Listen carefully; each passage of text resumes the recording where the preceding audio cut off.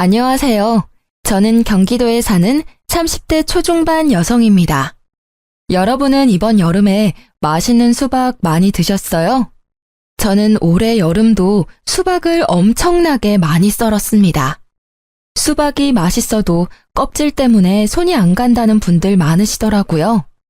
어렸을 때는 엄마께서 수박 손질해서 냉장고 넣어두시곤 했는데 그게 바로 자식 사랑하는 마음이셨겠죠? 저는 그런 마음으로 열심히 맛있는 과일을 고르고 세척하고 다듬어서 판매하고 있는 과일 도시락 가게 사장입니다. 제 밑에 1살 차이 나는 여동생과 함께 가게를 운영하고 있습니다. 과일 도시락 한다고 하면 그게 돈이 되냐며 여쭤보는 분들 많으세요. 요즘은 1인 가구도 많고 간편한 걸 추구하는 시대다 보니 꽤 장사가 잘 되고 있습니다. 대학생부터 바쁜 직장인분들까지 다양한 연령대에서 많이 주문해주고 계세요. 그에 보답하기 위해 동생과 저는 휴가를 떠나도 무조건 맛있는 과일, 당도 높은 과일 찾으러 다닙니다. 그렇게 저희 자매가 적은 돈으로 창업한 게 대박나서 가게 때문에 진 빚은 따로 없어요. 코로나 때도 주문건이 오히려 급증했고 병원이나 자가격리하는 분들께 많이 배달 갔습니다. 다행히 아직까지 큰 위기는 없어서 지금까지 잘 운영하고 있네요. 이제 끝나지 않을 것 같던 여름이 끝나가고 있어서 저와 여동생은 드디어 수박의 굴레에서 벗어날 수 있게 됐습니다. 평소에 동생이랑 과일 손질하면서 귀로는 열심히 사연 라디오를 듣고는 하는데요. 동생이 제 시댁 사연도 보내보면 어떻겠냐 해서 용기 내서 보내봅니다. 만약 제 사연 읽어주시면 그때도 저는 일하면서 듣고 있을 것 같아요. 저는 제 친구의 소개로 제 남편을 만나게 됐습니다. 남편은 연봉 좋은 IT 회사에 다니는 아주 멀끔한 청년이었습니다. 정확히 말하자면 제 친구 남편의 가장 친한 친구가 바로 제 남편이었어요. 서로 가장 친한 친구를 소개시켜준 거죠. 저는 일하느라 바빠서 연애 안 하고 남편은 허우대 멀쩡하고 얼굴도 괜찮은데 그냥 연애를 못하는 남자였대요. 제 친구 말로는 남편이 20대 끝자락까지 제대로 된 연애를 전혀 해보지 못했다고 합니다. 겉보기에 어디 문제가 있는 것도 아닌데 항상 연애 이야기만 나오면 자존감이 무척 떨어져 보였다 하네요. 친구가 자기 남편 따라 모임할 때면 제 남편만 늘 혼자 참석했대요. 겪어보면 참 좋은 사람 같았는데 항상 혼자 있는 모습을 보며 친구는 제게 그 사람을 꼭 소개시켜주고 싶다고 생각했대요. 저는 혹시라도 그 사람이 어디 모자란 사람이 아닐까 걱정도 했는데요. 아무렴 친구가 그런 사람을 제게 소개해줄 리 없다 생각하고 소개팅에 속는 셈 치고 나가봤습니다. 처음 만났을 때 남편은 저와 눈을 잘 못 마주치더군요. 완전 쑥맥이구나 싶었는데 두 번째 만남에서는 낯가리는 게 없어졌는지 말도 잘하고 유쾌했습니다. 저는 단도직입적으로 남편에게 물었어요. 성원 씨는 왜 그동안 연애를 못했어요? 혹시 저처럼 일 중독인가요? 농담인 거 아시죠? 저의 농담 섞인 물음에 남편은 당황한 얼굴이 역력했어요. 그러다 제게 솔직히 털어놓더군요. 사실 저희 엄마께서 좀 많이 극성이세요. 그때 남편의 얼굴에 드리우는 그림자를 보며 뭔가 저만의 사정이 있구나 싶었어요. 전혀 마마보이로는 안 보였으니 저는 차분히 이야기를 들어보기로 했습니다. 남편이 평범하게 연애를 시작하려고 하면 그럴 때마다 어떻게 어머니께서 아시고는 상대방 여자를 알아내 둘 사이를 회방 놓았다고 합니다. 어머니 본인이 검증한 사람 아니고서는 절대 집안에 못 들이신다고요. 대신 어머니께서 교회에 있는 참한 처자 연결시켜준다고 항상 소개해 주셨다네요. 그렇게 만난 사람들은 이성적으로 끌리지도 않고 서로 마음에 안 들어서 연애를 그냥 포기했다고 말하는 남편이었습니다. 그 사정이 짠하기도 하지만 이런 사람과 만약 결혼한다고 상상하니 조금 암담하더군요. 게다가 저는 기독교인도 아니었습니다. 아들에게도 감당하기 힘든 어머니인데 며느리에게는 얼마나 버거울까 싶었어요. 그래서 저는 조금 속물 같아도 어쩔 수 없이 제 미래를 위해 남편을 멀리 했습니다. 그런데 이상하게 남편의 얼굴이 계속 생각나더군요. 이건 뭐 상사병도 아니고 일하다가도 매번 그 사람 얼굴이 아른거려서 아주 혼났습니다. 제가 남편에게 정중하게 거절의 의사를 밝혔지만 남편은 답장이 없어도 포기하지 않고 연락을 계속하더라고요. 날씨가 좋은데 산책이라도 가지 않겠냐는 그런 말들을 보면서 어느 순간 저 또한 마음이 열렸습니다. 가끔 만나서 밥 한 끼 먹고 영화 한 편 보고 그러다 자연스럽게 정이 붙었어요. 남편을 만나볼수록 너무 착하고 선한 사람이란 걸 알게 됐습니다. 경제관념도 뚜렷했고 직업도 괜찮았고 성품까지 괜찮은 남편이었기에 두 눈 질끔 감고 딱 남편만 보고 저는 결혼을 결심했습니다. 결혼 전 예비 시모를 극복한다면 결혼 후에는 뭐 어렵겠냐며 제가 조금 오만했었죠. 엄마께서는 어려운 길 사서 간다고 걱정하시고 말리시다가 남편 만나보시곤 너무 괜찮은 청년이라며 꽉 잡으라고 응원도 해주셨어요. 철저하게 연애 사실을 숨긴 남편이 결혼한다고 집에 선언하자 예비 시모께서는 뒤집어졌다 합니다.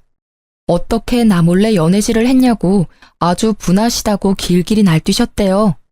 주눅든 남편에게 이야기를 듣고 저도 그제서야 겁이 나더군요. 제가 이 사람을 얼마나 사랑하면 안 해도 되는 모험을 하고 있구나 싶었어요. 예비 시댁에 인사드리러 갈 때는 정말 단단히 마음을 먹어야 했어요. 남편은 결혼 약속한 제가 어머니 때문에 도망이라도 갈까봐 계속 안절부절해 했습니다. 저는 그런 남편을 안심시키고 스스로 마인드 컨트롤했고요. 어떤 상황이 일어나도 놀라지 말자, 겁먹지 말자. 이 두 가지만 생각하고 예비 시댁에 인사를 드리러 갔습니다. 당시에는 무슨 담력 테스트라도 하는 기분이었어요. 지금에서야 웃으며 이야기할 수 있네요. 그때는 정말 심각했습니다. 어머니, 좋았어요. 어머님, 안녕하세요. 처음 뵙겠습니다. 예비 시모는 남편을 한번 휙 노려보시더니 이내 제게 말씀하셨어요. 그래요. 종교는 있고? 아, 어머님, 저는 무교입니다. 아, 부모님께서는? 어머니께서 불자세요. 아버지는 저처럼 무종교이시고요. 이래서 내가 교회에서 짝 만나야 한다고 한 거야. 모태 신앙에 독실한 크리스천 자매님들 두고 지금 성원이 너 뭐 하는 거니? 더 들어볼 필요도 없다. 엄마, 제가 말씀드려서 이미 알고 계셨잖아요. 이러실 거면 식사는 왜 하러 오라고 초대하셨어요? 성원 씨, 침착해. 저는 눈물이 그렁그렁한 남편을 진정시키고 말했습니다. 어머님, 성원 씨랑 저 서로 많이 사랑하고 있습니다. 이왕 여기까지 초대해 주셨으니까 조금만 예쁘게 봐주시면 안 될까요? 종교랑 무관하게 저 평생 모난 행동 하지 않고 올바르게 살았어요. 그래요? 뭐 그럼 초대했으니 맛있는 음식이라도 대접해야지. 배고프니 먹으면서 마저 이야기하자. 예비 시모는 벼란간 코웃음을 치며 갑자기 부엌에서 봉투를 들고 와서 식탁에 거칠게 내려놓았습니다. 영수증이 붙은 봉지를 보니 딱 봐도 배달 음식이었어요. 어머니, 배달시키셨어요? 아, 저희 같이 처음 인사드리는 자리인데 제가 밖에서 모시겠다고 했을 때 거절하시더니 도대체 왜 이러세요? 내가 뭘? 아가씨, 내가 배달 음식 시켜서 기분 나빠? 저는 그때 남편을 꼭 붙잡고 괜찮다며 등을 다독였습니다. 집에 초대해놓고 배달 음식 시켜놓고 기다린 예비 시모, 여러분이 보시기엔 어떠신가요?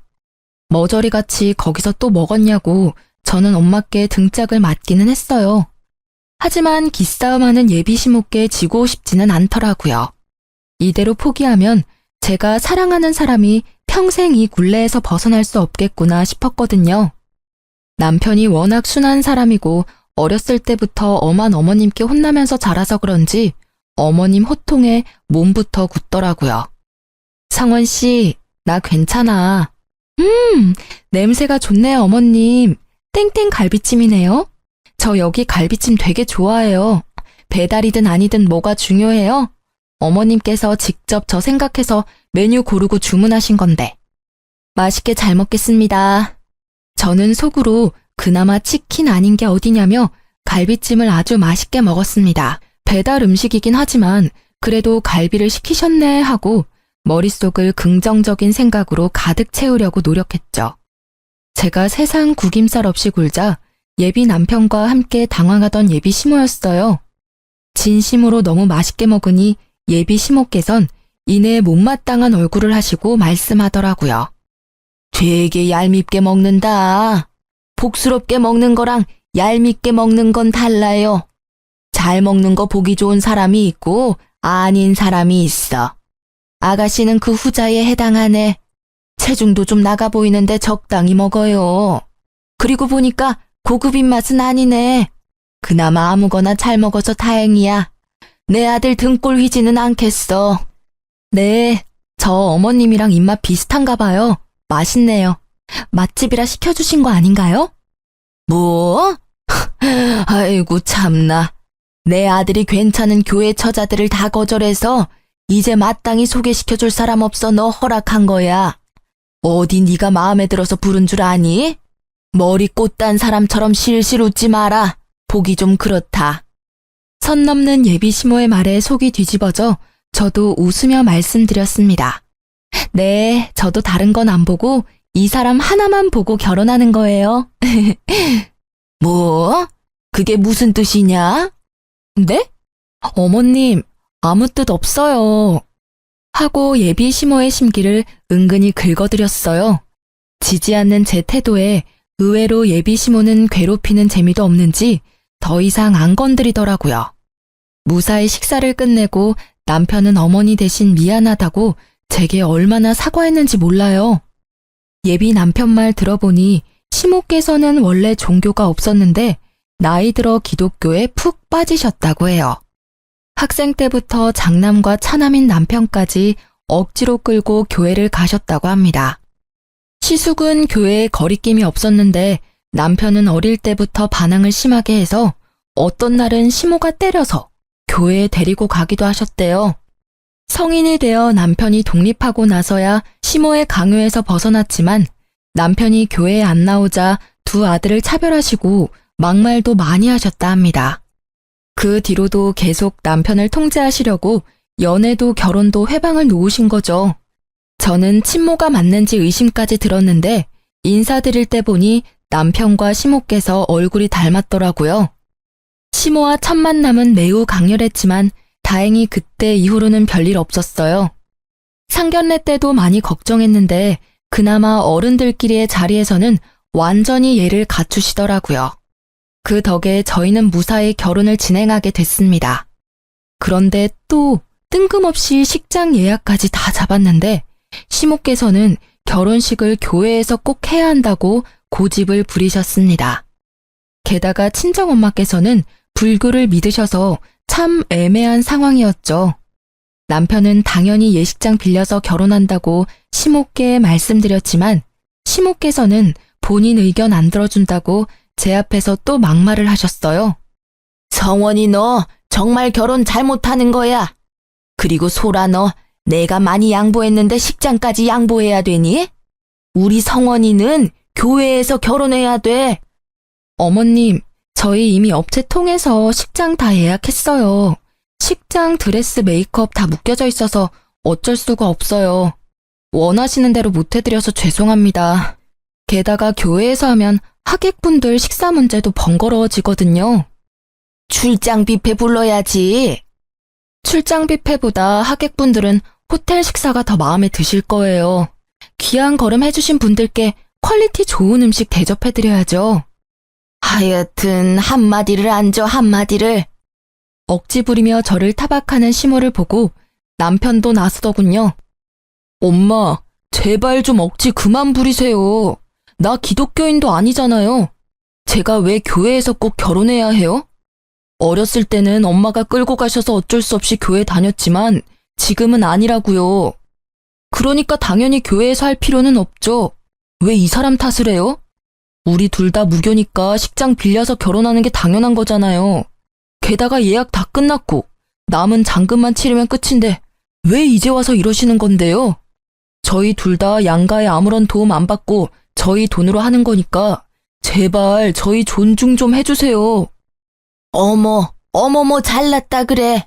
내가 너 결혼하는데 돈 안 보태줬으니 잠자코 있다가 결혼식에만 참석하라는 말이지? 소라 제가 그렇게 말하라 시켰니? 웃겨 정말. 어디 부모 공경할 줄도 모르고. 아니요, 제 의견이에요 엄마. 소라 씨 탓 좀 그만하세요. 교회에서 결혼해야 더 이득이라고. 결혼식을 교회에서 하면 어쩔 수 없이 신도들 참석해서 축의금 배로 들어올 텐데. 어머님, 그럼 혹시 저희 친정어머니께서 저희한테 절에서 결혼식 하라고 말하면 어떠실 것 같아요? 엄마께서 무작정 절에서 하자고 하셨어도 저는 똑같이 거절했을 거예요. 어머님 교회 신도분들도 다 모시고 절에 오실 수 있으세요? 문홀리에 문홀리로 반박하는 제 말에 시모께서는 말문이 막혀버리시더군요. 뭐? 아니 절에서 결혼하는 사람이 어딨어? 아유, 말을 말자. 소라 너 참 맹랑하다. 결혼식 올리기도 전에 내 아들 어떻게 저렇게 구워 삶았니? 저는 빨리 결혼식만 잘 끝내자 생각뿐이었어요. 어차피 시모랑 집이 멀어서 자주 볼 일 없었으니까요. 그리고 어렸을 때 트라우마를 이겨내고 저를 위해서 시모께 대신 화내주고 목소리를 내는 남편의 태도 보고 저는 더 안심하고 결혼을 하게 됐습니다. 그런데 결혼하자마자 시모는 또 종교를 빌미를 삼아 저를 괴롭히더군요. 어머님과 시숙네 가족들은 기독교인이 차남이 제사를 다 지내야 한다며 저를 부르셔서 제사 음식 마련을 하셨죠. 애초에 기독교인이면서 제사를 꼭 지내겠다는 마음이 좀 저로서는 이해가 안 됐습니다. 그럼에도 불구하고 저는 어머님께 시달릴 거 예상하면서도 결혼 후 첫 제사이니 도와드리러 간 거였어요. 시부께서도 돌아가신 지 얼마 안 됐으니 정말 남편 생각해서 갔던 거였죠. 시댁에는 어머님과 형님이 계셨어요. 그런데 다 같이 음식을 하고 서로 돕는 게 아니라 두 분이 제게만 음식을 시키시더라고요. 우리 큰 며느리 새벽부터 나 따라다니면서 장 보느라 고생했다. 둘째 너는 첫째한테 고마워해야 돼. 네가 할 일까지 다 했잖니. 형님 감사합니다. 그 시간에 저희 가게에 과일 들어오는 시간이라 시간 뺄 수가 없었어요. 동서, 가게에 신경 쓰는 만큼 시댁에도 신경을 써야지. 사람 좋아 보이던 형님은 시숙이 없다고 완전히 다른 사람 같았어요. 첫째야, 너는 나랑 과일 좀 먹으면서 이야기 좀 하자. 아침 먹고 나니 입이 텁텁해. 네, 어머님. 제가 복숭아 깎아올게요. 형님과 시모는 제가 가게에서 가져온 과일들을 둘이서만 먹으면서 제게는 일만 시키시더라고요. 과일 잘 먹겠다는 말 한마디 없이요. 장 보는 것도 일이니 그거 못 도와드려서 죽을 죄를 지었네요. 하며 속으로 투덜거렸지만 저는 겉으로는 티 안 내고 열심히 전을 부쳤습니다. 전만 부쳤을까요? 이거 해라 저거 해라 소파에서 명령하는 형님과 시모의 행동에 저는 너무 놀랐어요. 남편이 있을 때야 저도 시모께 지지 않으려 말대꾸했지만 남편 없는 곳에서는 혼자라서 뭐라 말대꾸도 잘 못했거든요. 그땐 더 어리기도 했고 저만 외톨이인 그 상황이 좀 무서웠어요. 알겠다고 웃다가 저는 미소도 말도 잃고 묵묵히 일했습니다. 좀 도와달라고 했는데 외면하고 둘이서 저를 따돌리는 모습을 보면서 사진도 틈틈이 찍어 놓으면서 제사 음식을 마련했습니다. 저도 참 독하죠. 애초에 제가 이 정도로 안 독했으면 남편이랑 결혼 생각도 못했을 거예요. 사진이랑 동영상 찍어서 증거를 남겨놔야 다음에는 두 사람이 저를 안 괴롭힐 것 같았거든요. 두 사람은 뭐가 그렇게 마음에 안 드는 건지 제가 열심히 꼭두각시 인형처럼 일하고 있는데도 저를 비난하더라고요. 동서는 과일 깎아서 파는 게 뭐가 돈이 된다고 동생까지 끼고 그런 헛짓거리를 하고 있어? 그게 돈 뭐 얼마나 번다고. 아휴, 그냥 차라리 우리네가 용돈 줄 테니 여기서 어머님 모시면서 살아. 그러니까 말이다. 나는 처음에 뭔 도시락 가게를 한 데서 뭐 그러려니 했는데 과일 도시락이라 해서 얼마나 웃었는지 모른다. 대학까지 나온 애가 한심하게 왜 저러고 있는 건지. 며느리 뭐 하냐고 신도들이 물으면 말하기 참 그래. 차라리 너처럼 전업주부면 몰라. 저는 고무장갑을 빼고 두 사람에게 다가갔습니다.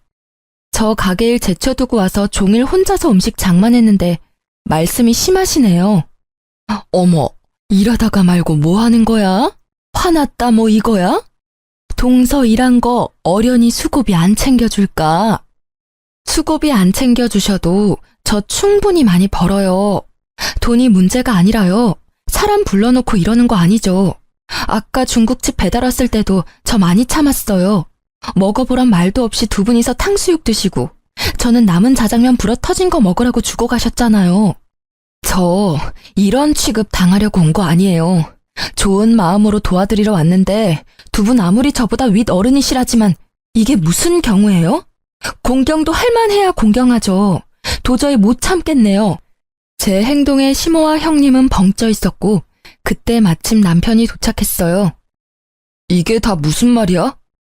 저는 남편을 보자 눈물이 앞을 가렸고 시댁 작은 방에서 잠시 남편을 붙잡고 이야기했습니다. 남편이 무슨 일이냐며 달래주고 저는 종일 있었던 일 말하며 찍었던 사진들과 동영상도 보여줬습니다.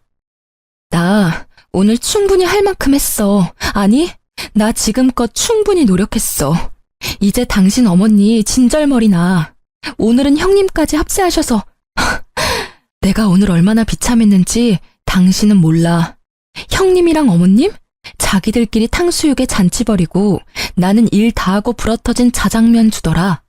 내가 아무리 독한 마음 가져볼래도 너무 서럽더라. 나 당신 하나만 보고 결혼했는데 막상 하고 나니 너무 힘들다.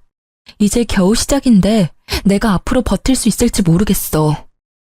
여보, 이런 취급받게 해서 너무 미안해. 이게 다 내가 못나서 일어난 일이야. 집에 가자. 다신 여기 안 와도 돼.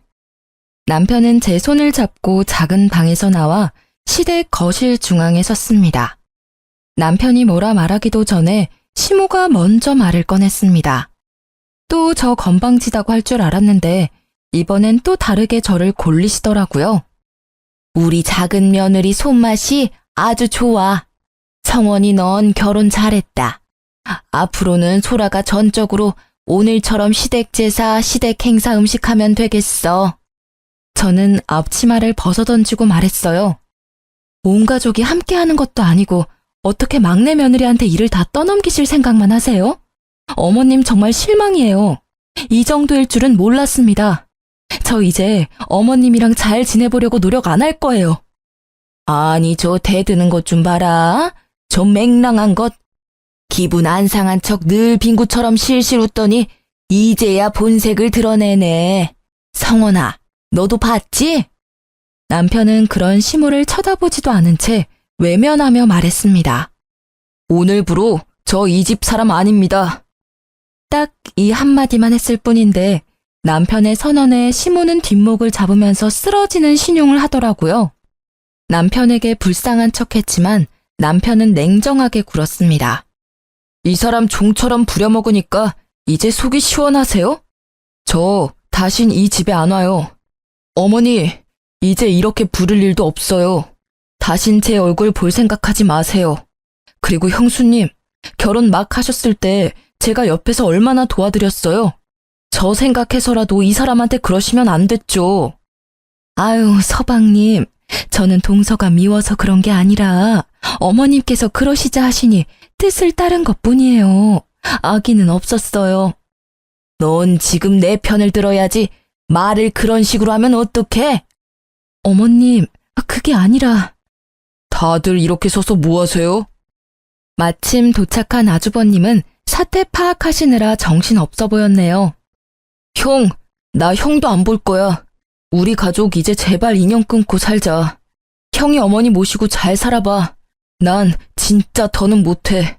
뒤늦게 도착한 시숙에게 인연 끊자는 남편을 보고 시모께서는 어디 장남한테 말을 그따위로 하냐고 되려 화를 내셨어요. 너 어디 네 형한테 그따위로 말해? 감히 우리 장남한테? 어머니, 저 생활비도 이제 안 보낼 테니까 그렇게 하세요. 냉정하게 말하는 남편의 말에 시모는 코웃음을 치셨죠. 남편이 시모께 생활비를 보탠지는 저도 잘 몰랐습니다. 각자의 수입은 각자 관리하고 생활비만 각출해서 썼으니까요. 생활비는 우리 장남이 주고 있는데 넌 무슨 헛소리냐? 임마, 당장 네가 안 도와주면 어떡해. 엄마, 뭘 어떻게 하셨음 순하디 순한 성원이 입에서 저런 말이 나와요? 지난 몇 개월간 성원이가 엄마 생활비 드린 거라고요. 남편과 시숙의 대화는 이상하게 흘러갔습니다.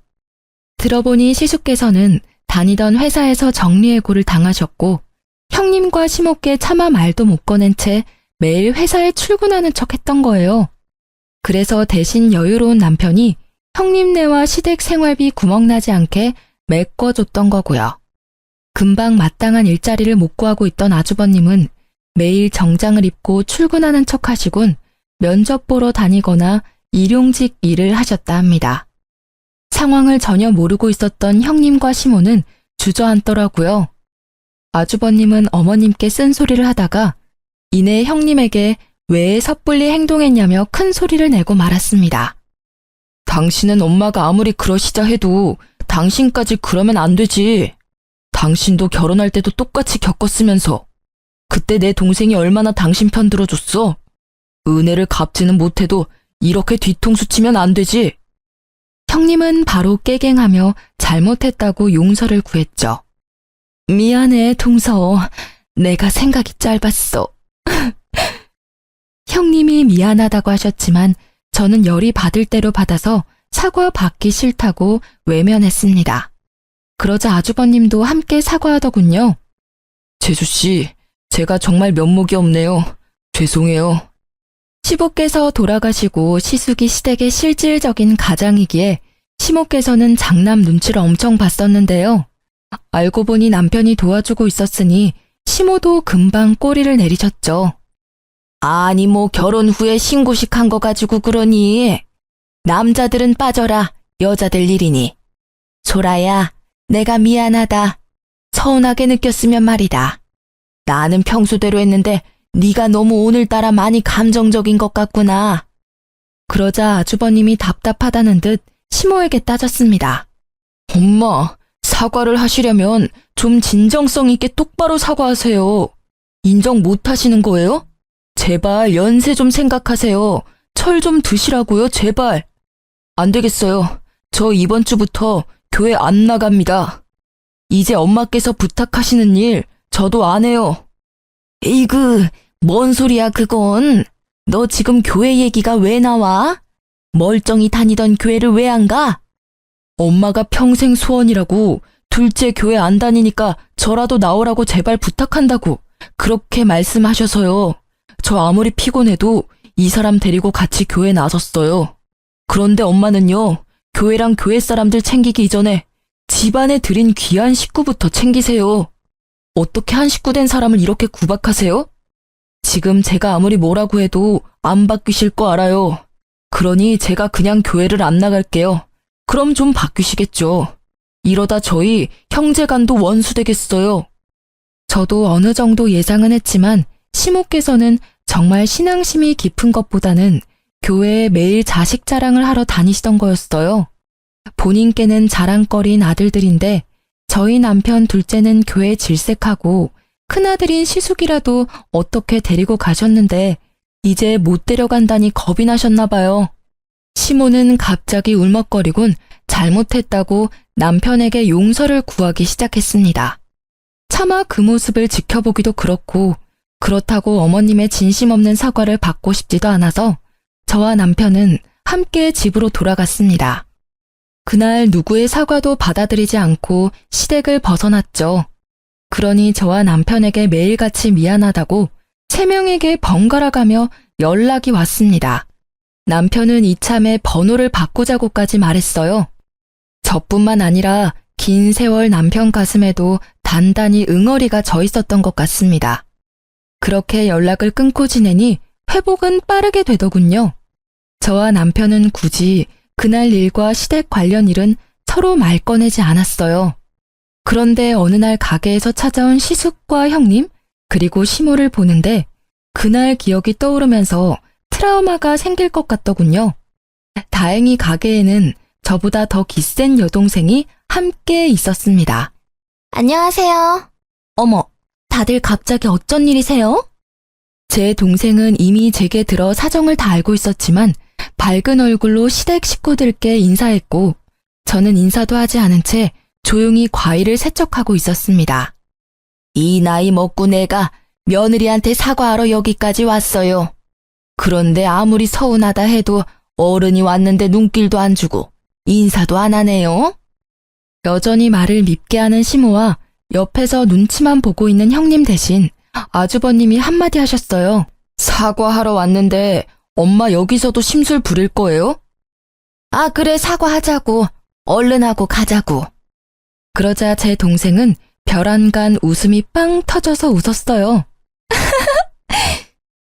사돈 처녀는 뭐가 그렇게 웃겨서 어른 두고 그렇게 웃음이 터졌어요? 어머, 죄송해요. 제 가게에서 제가 웃는 것도 맘대로 못 웃는 거죠? 사과하시러 오신 건 맞으세요? 그럼 말로만 사과하시면 안 되죠. 언니, 먼저 퇴근해. 응? 언니 종일 부려먹은 거 사과하고 싶으시다잖아. 내가 기회는 드려야지. 언니는 그만 들어가 봐. 자자, 이럴 시간이 없어요. 얼른 앞치마들 하시고요. 제가 매뉴얼 설명 드릴 테니 그렇게만 하시면 문제 없습니다. 위생모 써주시고요. 당황해하는 시댁 식구들께 동생은 위생모와 앞치마를 내밀고 형님과 시숙은 말없이 착용하더라고요. 반면 시모는 눈에 쌍심지를 켜셨죠. 사돈 처녀, 지금 뭐 하자는 거야? 내가 사과 안 됐지 일하러 왔댔어? 니들은 또 왜 그걸 하고 있어? 얼른 벗어. 어쩌죠? 말로 하시는 사과는 별로 안 받고 싶은데 왜 진심도 없는 사과를 자꾸 하세요? 저희 언니가 받기 싫다잖아요. 근데 그때 저희 언니 무임금으로 부려먹으신 건 갚으셔야죠, 사돈 어르신. 제 동생은 저를 조기 퇴근시키고 기어코 시숙, 형님 그리고 시모께 가게 일을 시켰습니다. 저희가 가게는 조그맣지만 하루에 한 트럭 과일이 배송 오면 다 정리하고 세척하고 다듬는 게 시간이 많이 걸려요. 시모는 아들들이랑 화해는 하고 싶으니 마지못해 일을 하기 시작했죠. 동생은 자기보다 나이 많으신 제 시댁 식구들에게 야무지게 일을 시켰대요. 이거 이렇게 힘들다고 던지시면 과일 흠집 나요. 아유, 입으로 들어가면 다 똑같지. 이제 흠집 날 때마다 그 과일은 개인 사비로 구매하셔야 돼요. 제가 계속 지켜보고 있으니까 과일 던지지 마세요, 절대. 코딱지만한 가게에 웬 과일이 이렇게 많아? 시모는 투덜거리면서도 나름 열심히 가게 일을 도우셨다 합니다. 시숙과 형님은 의외로 실수 없이 묵묵하게 일을 잘하셨대요. 온종일 시달려도 일이 끝나질 않자 시모께서는 도망가려 했다네요. 어디 가세요? 아니, 사돈 처녀, 내가 급하게 일이 생겨서. 하시던 일은 다 마무리하셔야죠. 드실 점심도 이미 시켰는데요. 아이고, 사돈 어르신, 퇴근은 아직 멀었습니다. 얼른 다시 들어가 주세요.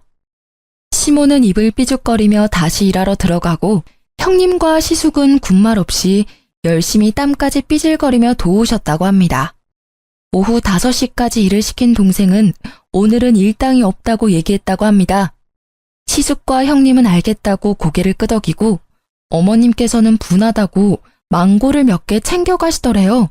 분하다고요. 그렇게 저 대신 동생이 야무지게 복수해줬네요.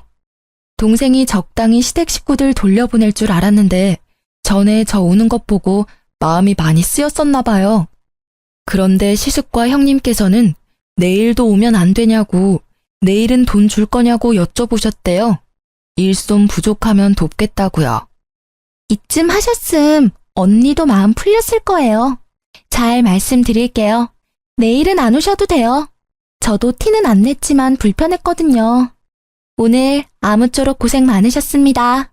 드시고 싶은 과일 몇 개 챙겨가세요. 돈은 못 드리지만요. 여기 장사가 되게 잘 되네요. 아침에 들어온 과일들 거의 다 나갔잖아요. 둘이 일하시기엔 너무 일이 힘들 것 같아요. 저희가 도울게요. 말씀드리기 좀 그렇지만 저희 남편 아직까지 실직 상태라 형편이 좀 어려워요. 도울 수 있는 일 있으면 도우면 안 될까요? 그리고 전에 동서한테 함부로 말해서 진짜 미안했다고 사과 좀 전해줄래요? 시숙은 자존심 때문인지 아무 말도 못 꺼내고 대신 형님께서 가게의 사정이 여러모로 힘들다고 하소연했다고 합니다. 저희 동생은 냉정한 편이라 얄짤없이 다 큰 분들이 알아서 일자리 구하시라고 쫓아냈다고 합니다. 동생도 형님이 이때까지 제 욕을 어떻게 했는지 저를 통해 다 들었으니까요. 갑자기 장사 잘 되는 거 보고 혹해서 태도 바뀌는 게 아닐 것 같겠죠. 다음 날도 또 찾아와서 일하셔도 돈 못 준다 하니 형님 내외는 돈을 주지 않아도 되니 일만 시켜달라고 넙죽 엎드리더라고요. 저는 깜짝 놀라 이러들 나시라고 했죠. 왜 이러시는 거예요? 저 마음 정말 불편해요. 재수씨, 저희 일 좀 가르쳐주면 안 돼요? 난데없이 가게 일을 배우겠다고 하시는 시숙과 형님의 말에 저는 적잖이 당황했습니다. 자식들은 커가고 이 나이에 새로 취직하는 것도 너무 어렵네요. 재수씨, 이유 좀 낼 생각 없어요? 정말 염치 없지만 좀 도와주세요, 재수씨. 동서, 내가 진짜 잘못했어. 죽을 죄를 졌어. 한 번만 봐주라, 응? 2호점을 낼 생각도 누군가에게 저희 사업 비법을 전수할 생각도 하지 못했는데 아주버님이 저희 가게랑 상권이 너무 메리트 있다는 말을 하시며 애원하는데 제 돈 드는 것도 아니고 속도 없이 또 도와드리게 됐습니다. 사실 제가 도와드렸다 하지만 동생이랑 저는 두 분이 계시니 쉬는 시간이 더 늘어서 한편으로는 좋기도 했습니다. 가게가 좁아서 4명이나 있기엔 비좁았고 2호점을 내기 전까지만 저는 일을 쉬고 제 동생의 진두지휘 아래 아주버님 내외가 저희 가게에서 함께 일을 시작했습니다. 그렇게 두 분이 2달 가까이 치열하게 배우셨고 저는 그만큼 월급도 든든하게 챙겨드렸습니다. 저는 두 분이 가게에 계신 덕분에 시간이 나서 여행도 다녀왔습니다. 제가 가게에 복귀하고 더 이상 일손은 필요 없다고 말씀드리니 이때까지 정말 고마웠다며 그동안 몸은 힘들어도 일 배우는 게 너무 행복했었다고 하더라고요. 그렇지만 아직도 제가 화난 줄 알고 더 이상 갈 곳이 없어졌다며 앞날을 걱정하더라고요. 아니, 여기에서 두 분 충분히 가르쳐드렸잖아요. 이제 2호점 오픈하셔야죠. 그 동네에 오픈하실 수 있게 도와드린다니까요. 이제 저희 가게는 나오실 필요 없어요. 제 말을 이제야 이해한 두 분은 부둥켜 안고 눈물까지 흘리더군요. 그렇게 제가 2호점 오픈까지 도와드리고 남편은 제게 대인배라 박수 쳐줬어요. 저와 달리 남편은 아직까지 형 내외와 어머님이 밉다고 연락조차 안 했거든요.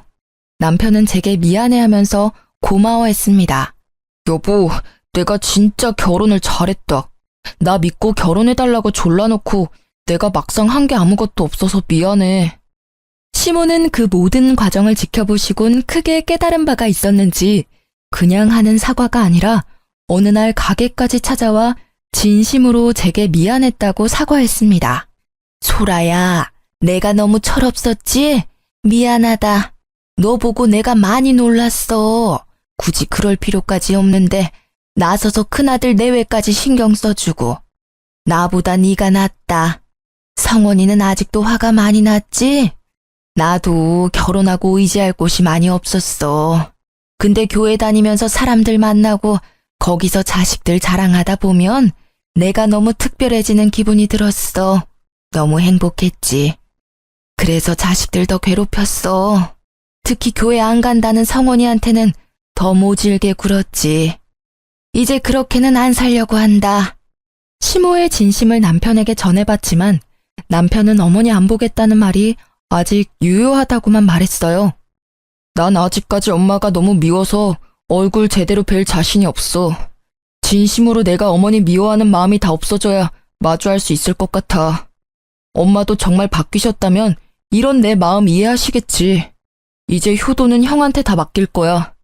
형한테는 엄마가 때리거나 모질게 대한 적 없었겠지만 난 언제나 엄마한테 상처받기만 했어. 이렇게 남편은 냉정하게 밀어내더라고요. 저는 처음부터 남편만 믿고 결혼했으니까 착한 며느리 대신 그냥 남편의 아내로서 남편을 지지하기로 했습니다. 그 뒤로는 저도 시모와 따로 연락을 주고받지는 않았습니다. 어머님께서도 제게 따로 연락하지 않으셨어요. 아주버님에게 전해 들은 바로는 어머님이 기가 많이 죽으셨고 더 이상 억지나 심술을 부리지도 않으신대요. 돈 자랑 아들 자랑 하러 다니던 교회에서는 이제 아들 자랑 대신 신도들과 함께 자원봉사를 하고 지낸다셔서 조금 놀랐습니다. 그리고 어머님은 더 이상 첫째 내외의 경제적 도움을 안 받는다 하시네요. 예전에는 완전히 의지하셨는데 지금은 시간 날 때마다 아르바이트를 하신다고 들었습니다. 이제는 경제적으로 여유가 생기신 아주버님이 도와드릴 수 있다고 말씀드렸지만 어머님께서는 나중에 본인 몸이 아플 때나 좀 도와달라고 하셨대요. 지금은 멀쩡하시니 본인이 해결하시겠다고요. 참 나이 들어서 바뀌는 거 어려운 일인데 그렇게 많이 바뀌셨다는 말에 정말 놀랐어요. 아주버님과 형님께서는 제가 도와드린 가게 2호점이 잘 되고 있어서 매일 행복하게 고군분투하고 계신다 해요. 시댁 식구들 다들 억지로 모여서 얼굴 보고 지내지는 않지만 시간이 지나면 또 어떻게 될지 모르겠습니다. 일단 시간에 맡겨보려고 해요. 언젠가 남편의 마음이 풀어지고 다 같이 예전 일 잊고 함께 식사하는 날이 오겠죠. 각자의 자리에서 최선을 다하는 중이에요. 저도 그때까지는 남편의 뜻을 존중하려 합니다. 지금까지 제 긴 사연 들어주셔서 감사합니다.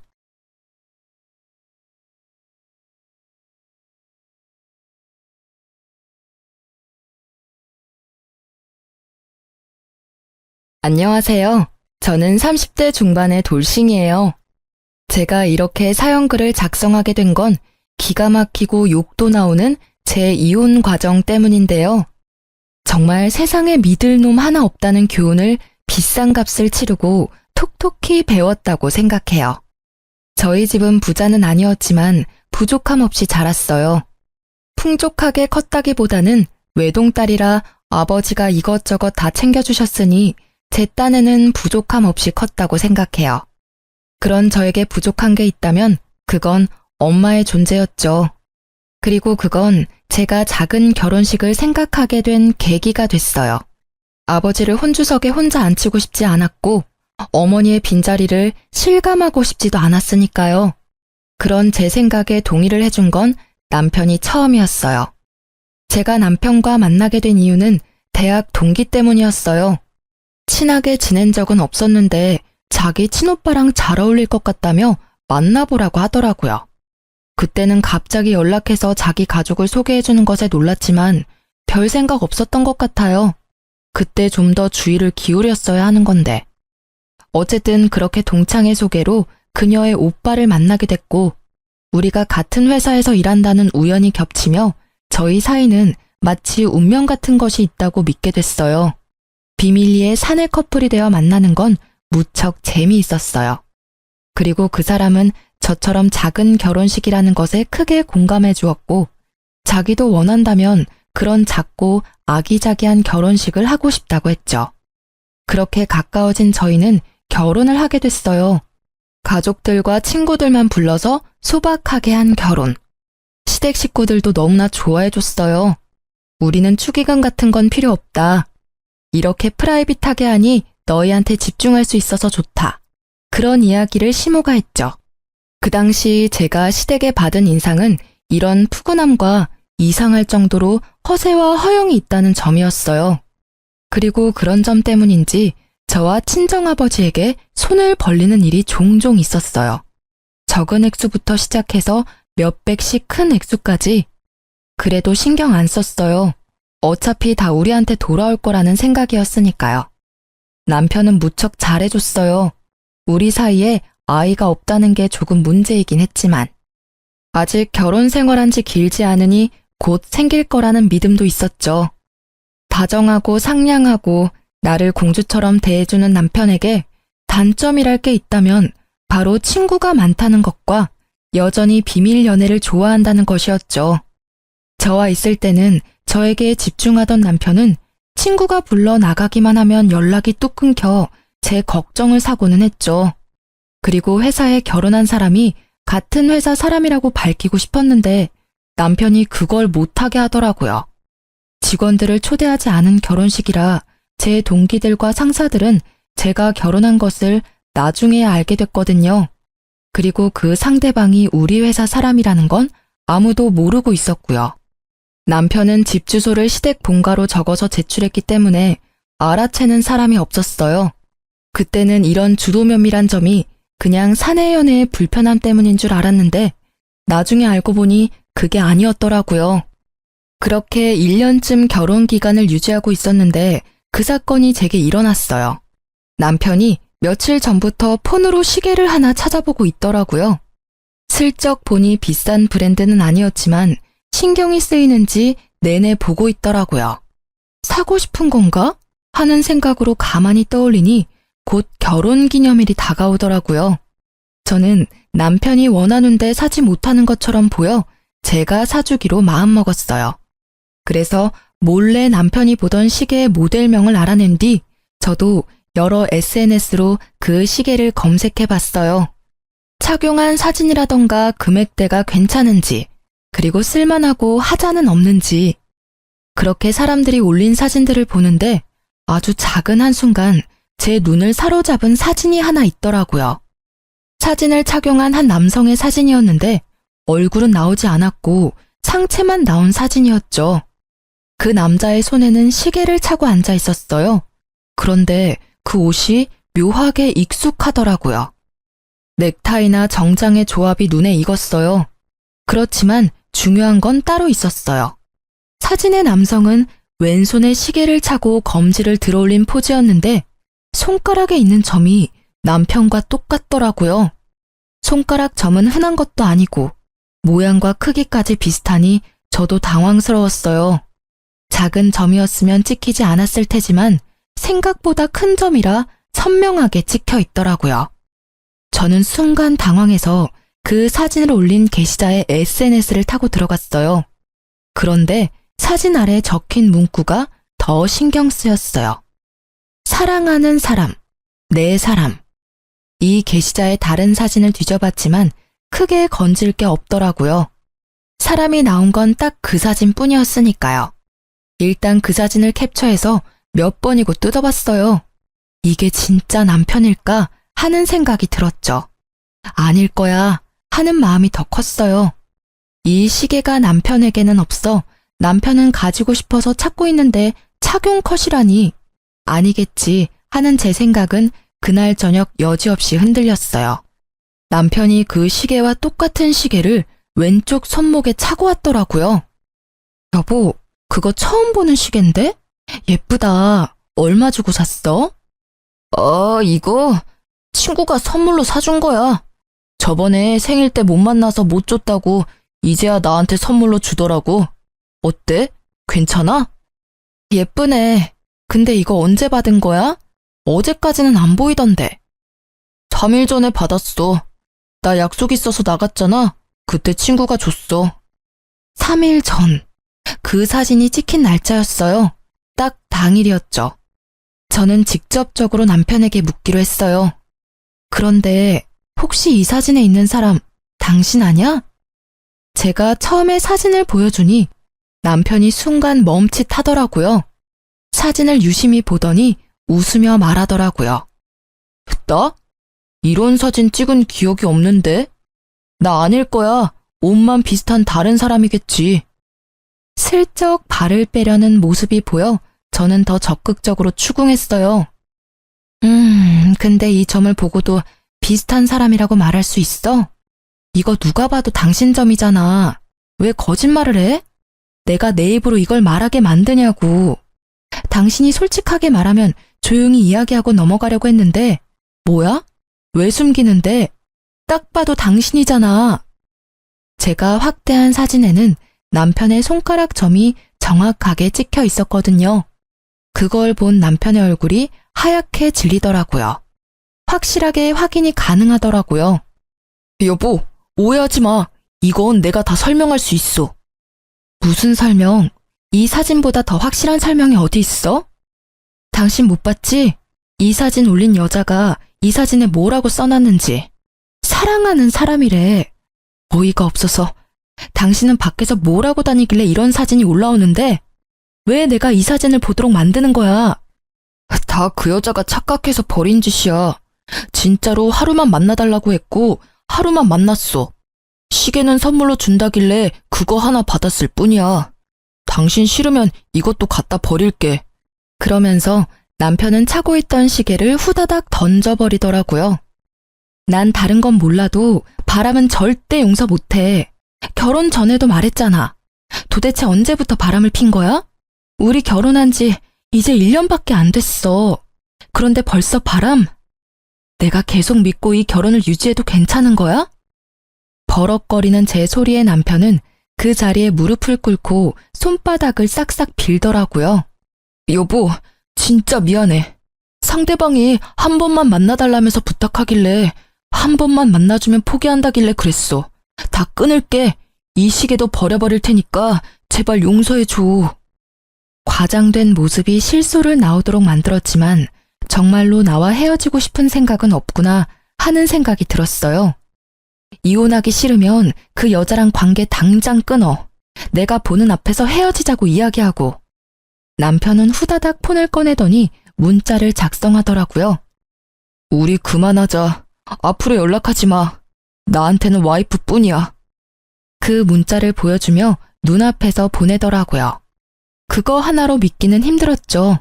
그렇지만 남편은 제가 용서해준 그날부터 제게 엄청 잘해주기 시작했어요. 일찍 집에 들어오고 어디 놀러 가지도 않고요. 또 친구도 만나러 가지 않았죠. 가끔 혼자서 시댁에 다녀올 때도 있었는데 그럴 때는 시댁에서 연락을 줬어요. 그러니 다른 사람 만날 틈이 없었어요. 그쯤 되니 냉랭했던 제 마음도 조금은 풀렸어요. 남편은 매번 제가 좋아하는 선물들을 가져오며 제 눈치를 보더라고요. 그게 눈에 보이니 계속 화만 낼 수도 없었어요. 솔직히 찝찝한 생각은 마음속 어딘가에 있었지만 일단 넘어가기로 했어요. 남편에게 이혼 의사가 없고 한 번의 실수였다는 말을 믿기로 했거든요. 남편의 외도 사실을 알게 된 시모는 연락이 와서 남편 욕을 엄청 하고는 제게 이해하라며 남자들 한눈 파는 거 흔한 일이지만 돌아오는 게 그리 쉬운 일은 아니라고 했어요. 살다 보면 그런 일도 겪으면서 단단해진다나? 이때 저는 그저 시모가 제 편을 들어줬다는 사실에 마음을 최대한 풀려고 노력했던 것 같아요. 그렇게 시간이 지나고 그 상처가 아물어질 때쯤 이번에는 회사 분위기가 어수선하더라고요. 저를 보는 주변 사람들의 눈빛이 따갑더라고요. 숨어서 지켜보는 사람들이 있는 한편 대놓고 저에게 틱틱대는 직원도 있더라고요. 저는 너무 답답한 마음에 회사에서 나와 바람을 쐬는데 그때 저와 그나마 친한 직원이 지나가더라고요. 저는 서둘러 그 직원을 붙잡았어요. 저기, 오랜만이야. 잠시 나하고 이야기 좀 할 수 있을까? 혹시 나 요즘 회사에서 이상한 소문 돌아? 언니, 몰랐어요? 나는 당연히 알고 있을 줄 알았는데. 지금 난리 났어요. 옆 부서에서 일하는 영미 씨 알죠? 영미 씨가 언니가 자기 남자 뺏어간 여자라고 회사 여직원들 사이에서 엄청 소문내고 다녀요. 그거 진짜는 아니죠. 영미라는 여직원은 저보다 3살이 어린 여자였어요. 직급은 낮고 예쁘장하게 생긴 여자. 내가 왜 그 여자 남자를 뺏어가? 나 1년 전에 결혼해서 남편 있어. 작은 결혼식이라서 직원들 초대는 못했지만 그래도 결혼식까지 하고 혼인신고까지 한 남편이 있는데 갑자기 무슨 남자? 착각한 거 아니야? 정말요? 그런데 그 영미 씨 말로는 자기는 몇 년을 사귀었다고 하던데? 남편분이랑은 어떻게 만나신 거예요? 나 남편 여동생이 내 동창인데 소개시켜줬거든. 진짜 심각하게 착각하는 거 아니야? 언니가 설마 바람을 필 리는 없을 거고. 당연하지. 바람을 필 거면 이혼을 하고 당당하게 만나지. 뭘 숨어서 만나? 근데 진짜 왜 나를? 의아한 제 머릿속에 얼마 전에 시계 사건이 생각났어요. 남편이 바람을 폈다면 가능할 일일지도 모르죠. 그렇지만 남편은 그 여자와 아주 잠깐 만났다고 했는데 머릿속이 뒤죽박죽이었어요. 도대체 영미 씨는 왜 제가 자기 남자를 뺏어갔다고 하는 걸까요? 그 의문을 풀기 위해 저는 영미 씨를 직접 찾아갔어요. 제가 뭔가 알아야 답을 해줄 수 있을 테니까요. 그런데 그 여직원의 친구들이 저를 막더라고요. 마치 제가 그 여직원에게 화를 내러 온 것처럼 굴더라고요. 이 사람들의 머릿속에 제 이미지가 어떻게 정착되어 있는지 잘 알겠더라고요. 여기는 왜 오셨어요? 제 동기한테 화내러 오신 거면 저하고 이야기해요. 얘는 마음이 어려서 말도 제대로 못하니까요. 그래요. 솔직히 지금 저는 제 입장이 이해가 안 가요. 전 바람을 핀 적도 없고 남의 남자를 뺏은 적도 없어요. 동기분이 빼앗긴 남자가 누군지를 알려줘야 제가 맞다 아니다 말을 해줄 수 있잖아요. 도대체 누구를 말씀하시는 거예요? 정말 뻔뻔하시네요. 지금 그쪽 분이랑 결혼한 그 남편분이 제 동기의 오래된 남자친구였다고요. 갑자기 튀어나와서 돈으로 남자를 꼬시고는 두 사람 강제로 불륜처럼 만들었다면서요? 어떻게 순수하게 사랑하는 한 커플을 순식간에 불륜으로 만들 수가 있어요? 그러니까 두 사람이 사귀고 있는데 제가 끼어들어서 지금 제 남편을 빼앗았다는 말인가요? 그런데 그 말이 이상한 게 먼저 만났고 서로 좋아하면 결혼을 했으면 되잖아요. 그럼 제가 유부남을 꼬실 일은 없었을 텐데요. 저는 분명히 미혼이라는 제 남편을 남편의 여동생인 제 동창에게 소개받았거든요. 그건 그쪽의 일방적인 주장이잖아요. 유부남을 꼬신 건 아니지만 남의 남자 꼬신 건 맞는 말이잖아요. 그리고 가해자가 이렇게 피해자 찾아오는 거 문제 있다고 생각하거든요. 뒤쪽에 다른 동료들에게 보호받고 있는 영미라는 직원은 쪼그려 앉아 다른 사람의 품 안에서 부들부들 떨고 있더라고요. 이 여직원은 자기가 피해자고 저는 가해자라는 프레임을 이미 확실하게 만들어뒀더라고요. 기가 찬 제가 더 이야기를 하고 싶었지만 상황이 좋지 않아 포기했어요. 그리고 집에 돌아와 남편에게 물어보기로 했죠. 당신 도대체 뭘 하고 다니는 거야? 회사에 이상한 소문 퍼진 거 알고는 있어? 내가 왜 남의 남자를 빼앗은 파렴치한 여자가 되어 있는 건데 설명 좀 해봐. 그 여자가 지금 자기가 피해자라고 완전 나를 천하의 나쁜 년으로 만들었다고. 갑자기 무슨 소리야? 나 그때 헤어졌어. 난 모르는 일이야. 정말로 몰랐어? 그런 소문이 회사에 지금... 됐고, 그 여자는 당신이랑 꽤 오랫동안 사귀었다는데 그 말은 어느 쪽이 진짜야? 오래 사귀었다고? 아니야, 절대로 그럴 일 없어. 정말로 며칠 뿐이었다니까. 그리고 진짜 깔끔하게 헤어졌어. 상대방이 헤어진 거 앙심 품고 그런 짓 저질렀나 본데? 남편의 말에 저도 그 여자가 이상한 사람이라고 생각했어요. 헤어지자고 해서 앙심을 품었다고요. 그런데 그 다음날 그 상간녀에게서 연락이 왔어요. 무척이나 당당하게 만나자고 하더군요. 저는 상간녀가 나오라는 곳으로 나갔어요. 다리를 척 꼬고 앉아있는 모습이 너무도 당당해서 저는 말문이 막혔어요. 드디어 저랑 이야기할 마음이 들었나요? 이렇게 불러내다니 의외네요. 회사에서는 그렇게 부들부들 떨고 있더니. 뭐, 그때는 놀라서 그랬죠. 제가 보자고 한 이유는 간단해요. 그 남자랑 헤어져줘요. 그는 여전히 저를 사랑하고 당신하고는 돈 때문에 결혼한다고 했거든요. 빨리 이혼하고 저 만나고 싶다고 하기도 했고요. 만약 헤어져주면 최소한 당신 이야기는 더 이상 퍼지지 않도록 해줄게요. 이미 퍼졌는데 더 이상 퍼지지 않도록 해준다는 건 큰 의미 없는 거 아시죠? 솔직히 저는 아직까지는 남편 말을 믿어요. 당신과 헤어졌다고 하더라고요. 최근까지 딴짓도 안 했고 당신 만나러 갈 시간도 없었어요. 아, 그거요? 혼자 시댁 자주 가지 않았어요? 그러고서 저한테 온 거예요. 가족한테는 거기 있다고 말해달라고 했고요. 전 그 집 사람들하고도 친하거든요. 그리고 혹시 못 믿겠으면 보실래요? 저랑 그 사람이 나눈 대화 내용? 상간녀가 보여준 톡 내용은 보는 동안 토할 만큼 역겨운 대화로 가득했어요. 더러운 기분에 결국 저는 화가 머리끝까지 났죠. 헤어졌다고 해놓고는 거짓말을 했으니 제가 돌아버리지 않겠어요? 그런 저에게 상간녀가 한마디를 때리더라고요. 솔직히 난 피해자잖아요. 잘 사귀고 있는데 당신이 내 남자와 바람핀 거니까. 게다가 돈으로 유혹해서 남자 뺏어간 가해자는 당신이고. 피해자라 그렇게 치면 제 쪽이 더 큰 피해자 아닌가요? 저는요, 당신하고는 달리 그 남자 가족한테 소개받아서 결혼했어요. 분명히 말해두지만 저는 그 남자가 유부남이었다거나 다른 여자가 있었다면 절대로 결혼 안 했을 거고요. 이것만 보면 저는 혼인빙자 사기를 당한 거거든요? 맞잖아요. 당신 말대로 그 집안 사람들이 당신과 그 남자 사이를 인정하고 있었다면 저에게 왜 남자를 소개시켜 줬겠어요? 의도가 확실하게 있으니까 소개시켜 줬을 거고, 뭔가 목적이 있으니까 당신이 있는 걸 숨겼을 테고, 그리고 그 의도와 목적이 돈이라는 건 당신한테 들어서 이미 짐작이 됐고요. 저한테 그런 거 따져봐야 소용없는 거 아시죠? 이미 당신은 회사에서 남의 남자 뺏어간 천하의 나쁜 년이거든? 회사에 얼굴을 들고 다닐 수 없을 정도로 퍼졌으니 회사 그만두고 내 남자하고도 당장 헤어져. 당신 때문에 우리 애는 지금 호적에도 올리지 못하고 아빠 없이 크게 생겼거든? 여기서 진짜 빡쳤어요. 애가 있었다는 걸 처음 들었잖아요. 그만큼 오랜 세월 함께 해왔다는 걸 들으니 배신감이 확 밀려왔어요. 저는 그녀의 말에 즉시 이혼을 결심했어요.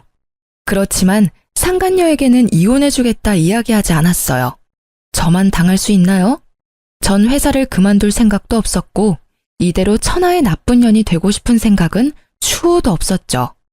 그래서 그 상간녀에게는 남편과 이야기해보고 결정하겠다고 하고 헤어졌어요. 그렇지만 언제까지고 냉정하게 유지하는 건 못할 짓이더라고요. 그래서 시댁으로 찾아가서 한바탕 했어요. 다들 알고 계셨죠? 여자 있는 거. 심지어 애 있는 것도 아시면서 저하고 이 남자 결혼시킨 거죠? 이 혼인은 무효고 당장 이혼할 거예요. 그리고 이 집안 사람들 싹 다 고소할 거예요. 아가, 제발 다시 한번 생각해보면 안 되겠니? 이혼은 안 된단다. 그 여자는 멀리 보내마. 절대로 네 눈앞에 띄게 하지 않을 거야. 두 사람을 억지로 갈라놓는 한이 있더라도 너희는 헤어지면 안 돼.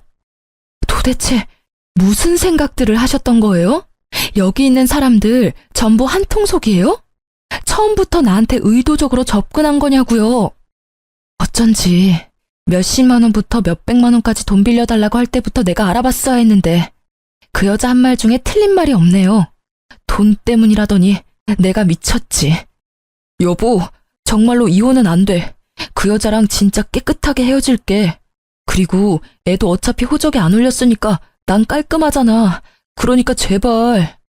깔끔 같은 정신 나간 소리를 하는 남편을 보며 저는 버럭할 수밖에 없었어요. 당신한테 제일 짜증나.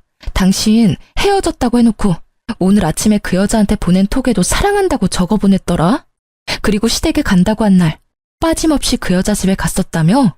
그런 주제에 뭐? 이혼은 안 돼? 네가 안 된다고 하니까 더 하고 싶네. 그리고 헤어진다고? 저번에도 헤어진다고 해놓고 못 헤어졌으면서 이번이라고 그게 가능하겠어?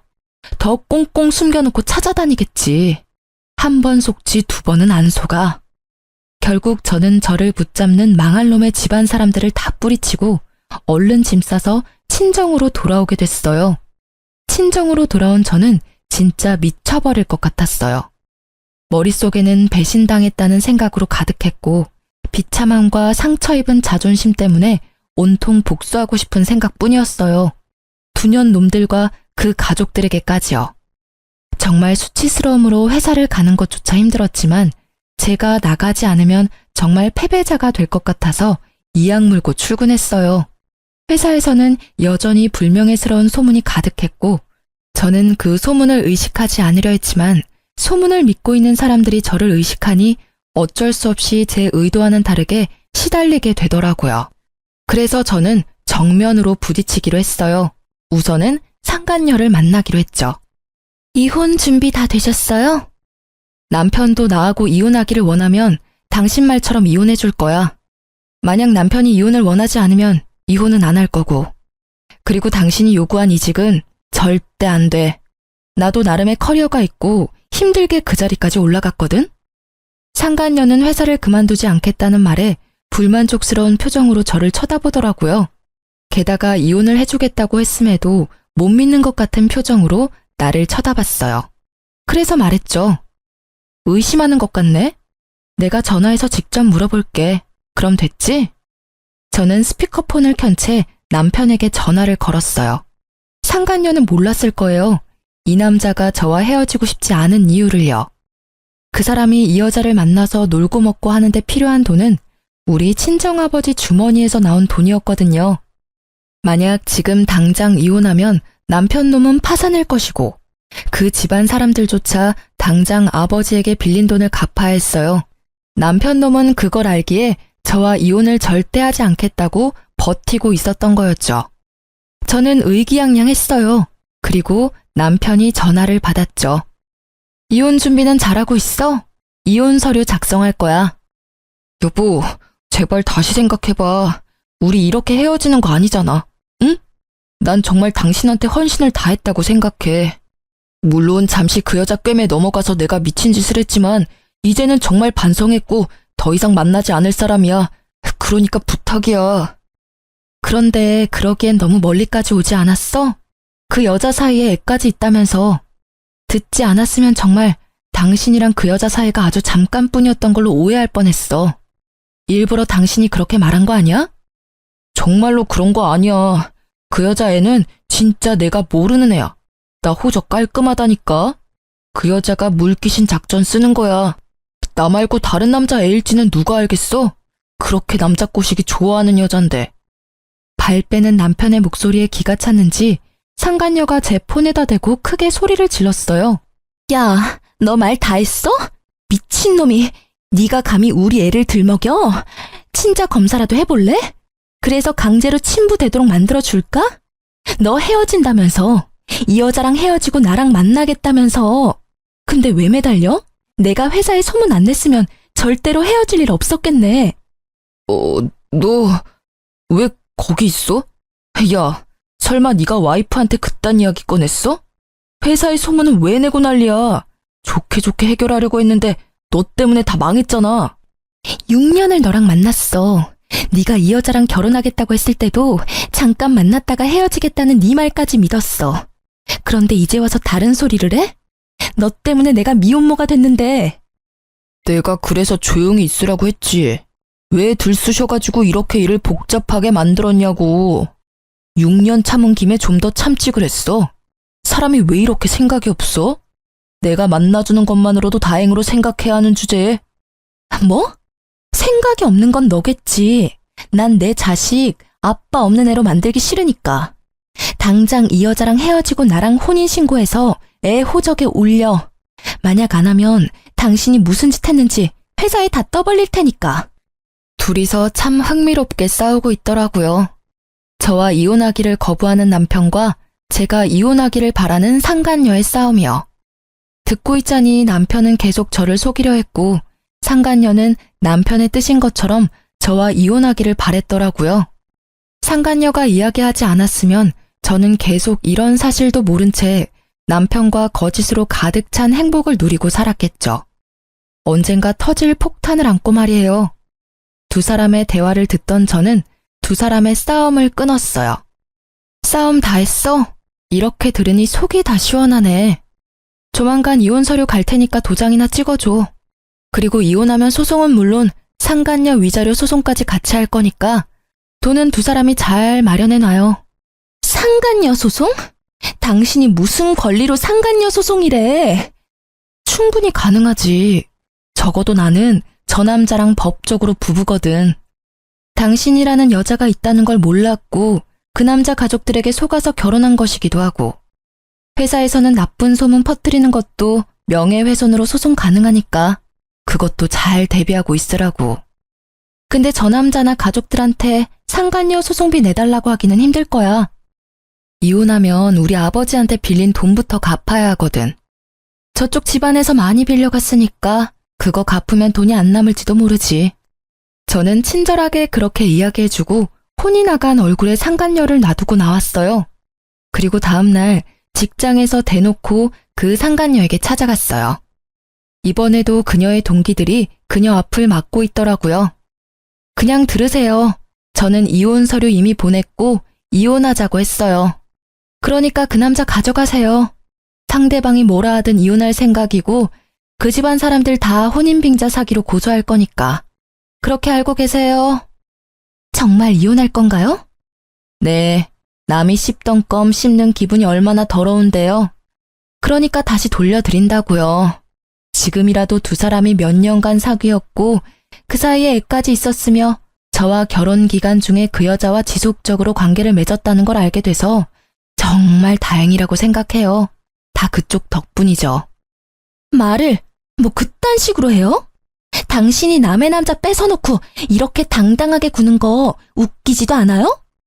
계속 제가 뺏었다고 이야기하는데 전 저희 신우한테 소개받았어요. 당연히 미혼의 솔로라고 소개받았죠. 그렇게 반년 넘게 사귀고 결혼해서 1년을 더 지냈죠. 상식적으로 예전부터 연인 사이라도 남자가 혼인신고까지 해서 유부남이 됐으면 관계를 끊어야 정상 아닌가요? 아니면 결혼 전이나 직후에 저한테 말하러 왔으면 저도 이런 식으로 1년을 허비하지는 않았겠죠. 결혼한 걸 뻔히 알면서도 말 안 하고 몰래 만났다가 회사에 제가 남의 남편 뺏은 것처럼 소문내고 제가 좋게 이야기할 수 있었겠어요? 그렇게 피해자하고 싶으면 하세요. 저라면 자존심 상해서 피해자는 못할 것 같은데. 확실하게 법의 심판을 받게 해드릴 거니까 기대하세요. 우선은 상간녀 소송부터니까 잘 준비하세요. 제 말에 당황한 건 듣고 있던 동기들 쪽이었어요. 유부남인 걸 알았으면 헤어지거나 알게 된 즉시 이야기를 했어야 하는데 그걸 숨기고 만난 건 명백히 상간녀의 잘못이니까요. 그렇게 이야기하고 제자리로 돌아오니 제 책상에 무슨 꽃다발이 놓여 있더라고요. 제가 좋아하는 꽃이 가득한 걸 보니 누가 산 건지 짐작이 가더군요. 남편이 점심을 틈타 와서 기다리고 있더라고요. 여보, 기분 풀어. 우리가 얼마나 서로에게 충실했는지 잘 알잖아. 아무리 그래도 우리가 지내온 추억을 생각해서라도. 번지수 잘못 짚었어. 그 꽃 영미 씨 갖다 줘야지. 우리 이제 이혼할 거잖아. 나보다 더 오랫동안 만나온 상간녀가 있으면서 나한테 이러면 곤란한데? 이런 저희의 실랑이에 결국 그 상간녀도 등장했어요. 저는 상간녀를 보고는 남편에게 더 매몰차게 굴었어요. 우리 이미 이야기 끝났어. 난 이런 취급 받으면서까지 당신이랑 결혼 유지하고 싶은 마음 전혀 없어. 여자의 애까지 있었으면서 총각 흉내하면서 결혼까지. 그거 사기거든? 좋은 말로 할 때 이혼해줘? 안 돼, 여보. 제발 다시 생각해봐. 진짜 헤어지지만 않으면 내가 뭐든 다 할게.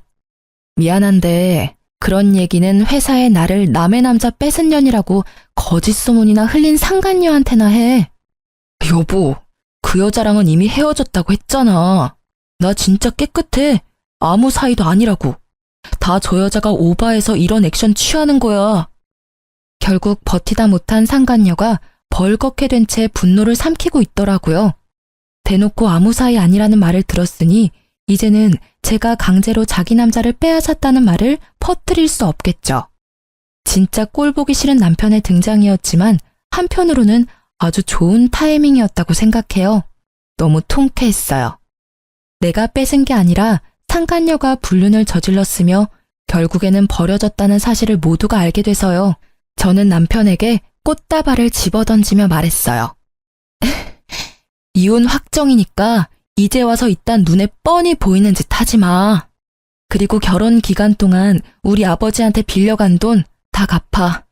당신 부모가 빌린 돈도 당신이 빌린 만큼은 되거든? 그것도 갚아. 그치만 우리 가족이잖아. 가족끼리 돈 빌린 건 빌린 거라고 보기에는 좀. 나랑 당신 사이면 그냥 넘어갈 수도 있겠지. 근데 당신 돈 받을 때 계좌에 넣어준 사람이 누군지 잊었어? 우리 아버지거든? 그리고 아버지가 항상 빌려주면서 천천히 갚으라는 문자 보냈지? 그건 갚아야 할 돈이라는 거지. 빌려준 사람이 갚기를 원하는데 왜 안 갚아? 돈 떼먹을 생각이면 그것까지 소송할까? 제 말에 남편 놈은 급히 손사래를 치며 그런 거 아니라더군요. 분명히 헤어지라고 했는데도 다시 만날 정도로 좋아한 여자였으면서도 돈을 갚아야 할 상황이 되니 여자며 애며 다 버리는 남자랑 살았다는 게 더 비참했어요. 정말로 나를 돈으로 봤나 하는 생각이 들었거든요. 그렇지만 이 사건을 통해 회사 분위기는 싹 바뀌었어요. 남편은 바람핀 찌질한 놈이 되었고 상간녀는 모두가 보는 앞에서 피해자 흉내내다가 진짜 피해자가 됐죠. 저는 외도 남편 참교육시킨 승리자가 됐죠. 저는 막타를 상간녀에게 때렸어요. 그때 상간녀의 얼굴을 잊을 수가 없어요. 이보세요, 영미 씨. 이 남자랑 헤어져 줄 테니까 둘이서 잘 사세요.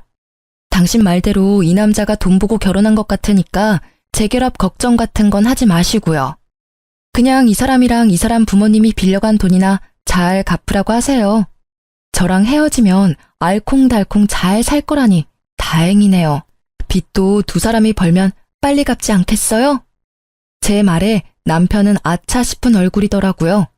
공개적으로 상간녀를 무시하거나 저격하지 않았다면 상간녀는 아마 돈줄이 되어줄 수도 있었겠죠. 그런데 이미 상간녀는 자존심이며 평판이며 다 무너진 상태고 남편은 건널 수 없는 강을 건넌 상황이 됐으니 결국 그 뒤로 회사에 퍼진 소문은 상간녀를 피해자가 아닌 상간녀로 만들어버렸고 저에게 회사를 그만두라던 상간녀가 회사를 그만두게 됐죠. 다 자기가 뿌린 대로 거둔 법이에요. 그러기에 온 동네 소문은 왜 내고 다녔을까요? 이후에 이혼 소송은 이보다 더 힘들었어요. 남편은 절대로 이혼 안 해주겠다며 난리를 쳤고 남편 가족들도 저를 설득시키려 했죠. 저는 상간녀가 있는 데다가 애까지 있는 걸 가족들이 알았음에도 저를 소개시키고 결혼을 시켰으니 모든 것이 시댁과 남편의 책임이 있다고 이야기했어요. 결국 이혼 소송은 저에게 유리하게 진행됐죠. 전 남편은 결국 이혼 후 가지고 있던 집을 팔아 친정아버지에게 돈을 갚았어요. 물론 시부모가 빌린 돈까지 싹 다 갚았어요. 왜냐면 시부모가 빌린 돈도 남편이 자기 계좌에서 받았거든요. 시부모는 끝까지 모른 채 하고 대학 동기였던 신우는 내가 벼르고 있다는 말을 전해 들었는지 한국에 들어올 생각도 없는 것 같더라고요. 그래서 SNS에 경고글을 남겼더니 아예 SNS를 삭제했더라고요. 나중에 연락이 오기를 자신은 오빠가 해달라는 대로 해줬을 뿐이라며 결백을 주장하더라고요. 근데 알고 보니까 전 남편이 소개해주면 명품 가방을 사준다고 해서 그랬다더라고요. 가족이 이래서 가족인가 봐요. 똑같은 족속들이거든요. 전 남편은 빌린 돈에 위자료까지 지급해야 해서 남은 돈이 없었던 것 같더라고요. 그런데 이후에 웃긴 일이 있었죠. 이런 일이 있었음에도 착실하게 돈 모을 생각은 하지 않고 이번에는 또 다른 여자를 찾아 다니더라고요. 결국 이번에도 돈 많은 여자 잡아서 편하게 살려고 하는 걸 보니 아직 정신 못 차리나 싶었죠. 저는 아직도 전 남편과 함께 일하는 이 상황이 너무 싫었어요. 그렇지만 곧 자기 무덤 자기가 열심히 팠더라고요. 이혼 후 몇 달 되지 않아 한 여자가 회사 앞에서 고래고래 고함을 지르고 있더라고요. 이 사기꾼 같은 놈, 어떻게 할 거야? 내 돈 내놔. 결혼식에 필요하다며 가져간 돈 다 내놓으라고. 잠깐만, 여기서 이러지 말고. 뭘 이러지 마? 너 총각이라며. 그런데 애 딸린 돌싱? 그런 주제에 매번 나한테 돈까지 받아갔다 이거지? 나 애 없어. 호적에 애 있는 거 봤어? 그리고 결혼은 한 번 했지만 그건 실수였다고. 제대로 된 결혼 생활도 아니었어. 그리고 돈은 결혼식 하는데 썼다고 했잖아. 참 말하는 걸 보니 나쁜 놈이 틀림없더라고요. 상대방 여자에게는 씨알도 먹히지 않았죠. 거짓말을 이렇게 한다 이거지? 내가 모를 줄 알았어? 방금 내가 웨딩샵에 전화하고 달려온 거거든? 드레스가 마음에 안 들어서 바꾸려고 전화했더니 예약은커녕 주문도 안 돼 있더라고. 그리고 예식장이랑 주얼리샵에도 전혀 주문받은 기록 자체가 없다는 게 말이 돼? 뭘 예약을 했는데? 너 사기꾼이지? 당장 돈 내놔, 이 나쁜 놈아.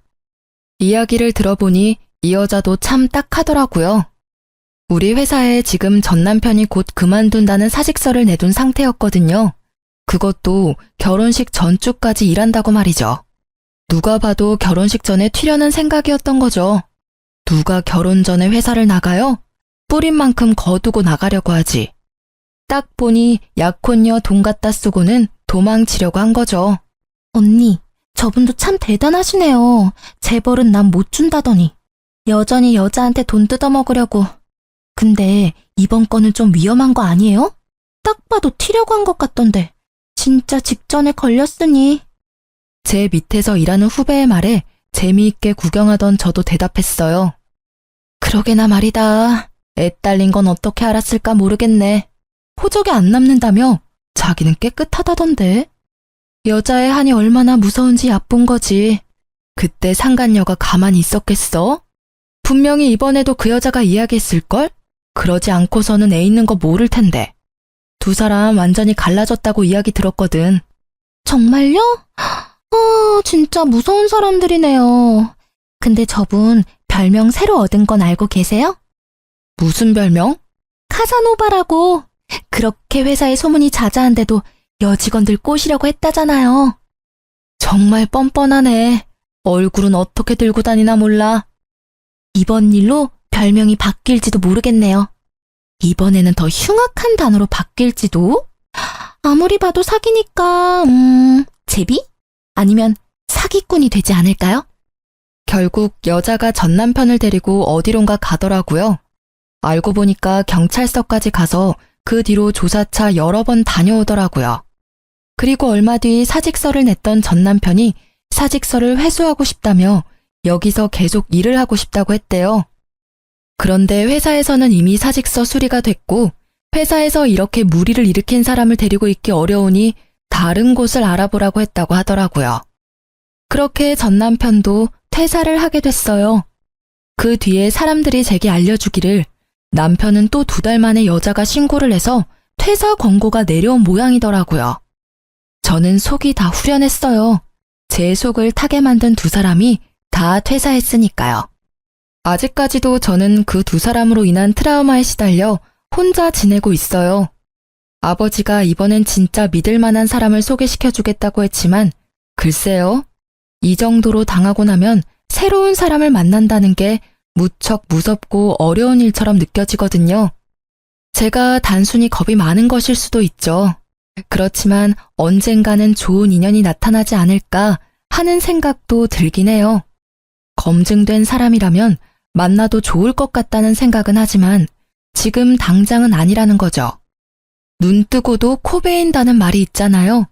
저는 이번 이혼을 통해서 속이려는 놈 앞에서는 장사 없다는 걸 깨닫게 됐어요.